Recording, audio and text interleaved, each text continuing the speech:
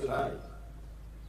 We should also, as part of ANZAC Day, remember all those who fought and lived and returned, many with scars, mental and physical, that they carried for the rest of their shortened lives. They were heroes too, and we're going to hear about one of them now.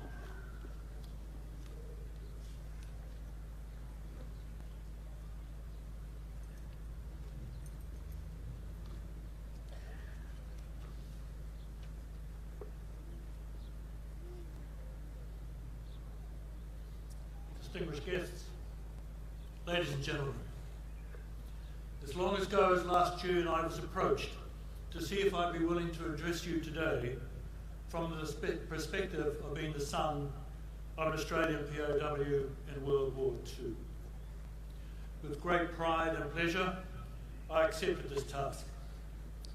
I am a proud son of my dear father, Sergeant Roy Gibson Robertson. Dad sadly passed away from his numerous war injuries just short of his 50th birthday. I was still a teenager. I have researched Dad's war records.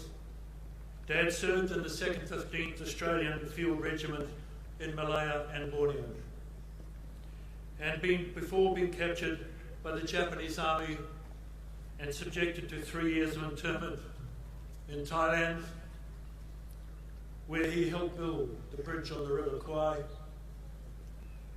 and the notorious railway. He eventually wound up in the notorious POW camp of Changi in Singapore. It was Winston Churchill who stated, "We make a living by what we get. We make a life by what we give."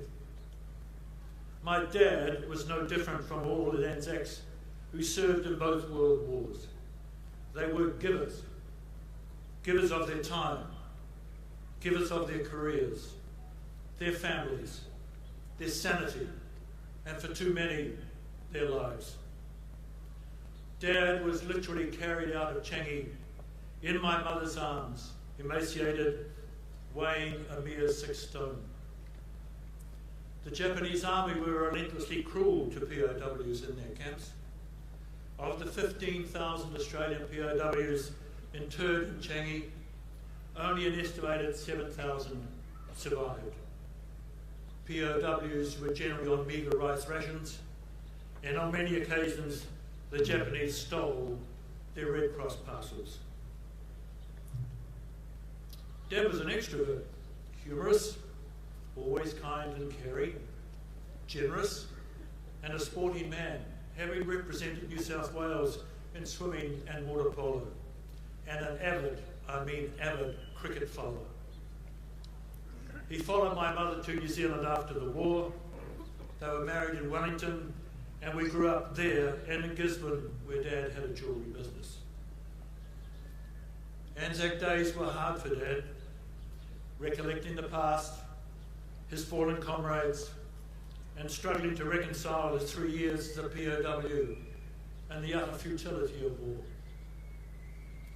Often, Dad would rest on the couch at home and soothe his soul by listening to Beethoven's 5th Piano Concerto, commonly known as the Emperor. I asked him one day, "Why do you like listening to this music?" He looked at me gently and replied, "Because, son, it gives me serenity." "What is serenity?" I asked. Then he told me this little ANZAC story. 2 ANZACs sitting side by side at the cricket at the MCG, watching a test. Hour after hour, they sat next to each other, not a word passed between them. Then the Kiwi decided to break the silence. He leant across to his Aussie and said, "I say, have you noticed that the umpire this end has given 7 men out in a row LBW?" "Yes," said the Aussie, "I have noticed. They do say that on his day, that umpire is well nigh unplayable." You and I stand here today in acknowledging those who gave their lives, their careers, their families, and for too many, their sanity. They were not just men, they were the beloved of many.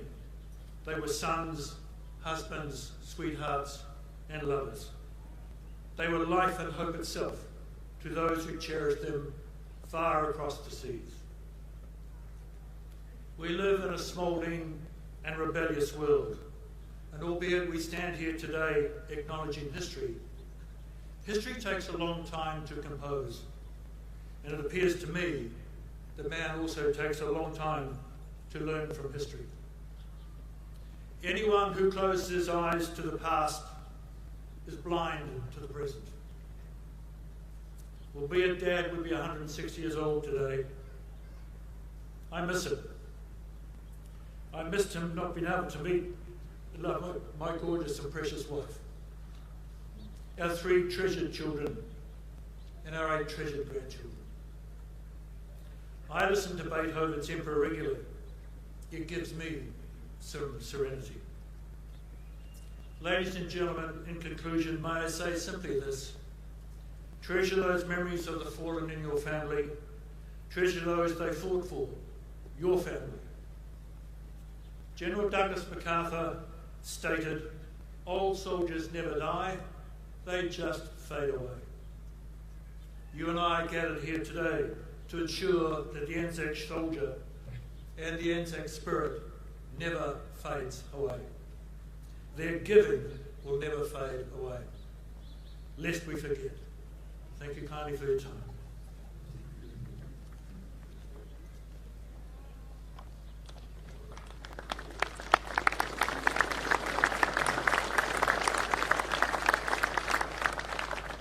Very well said, gentlemen. Thank you, Guy Wellwood and Bruce Roberts.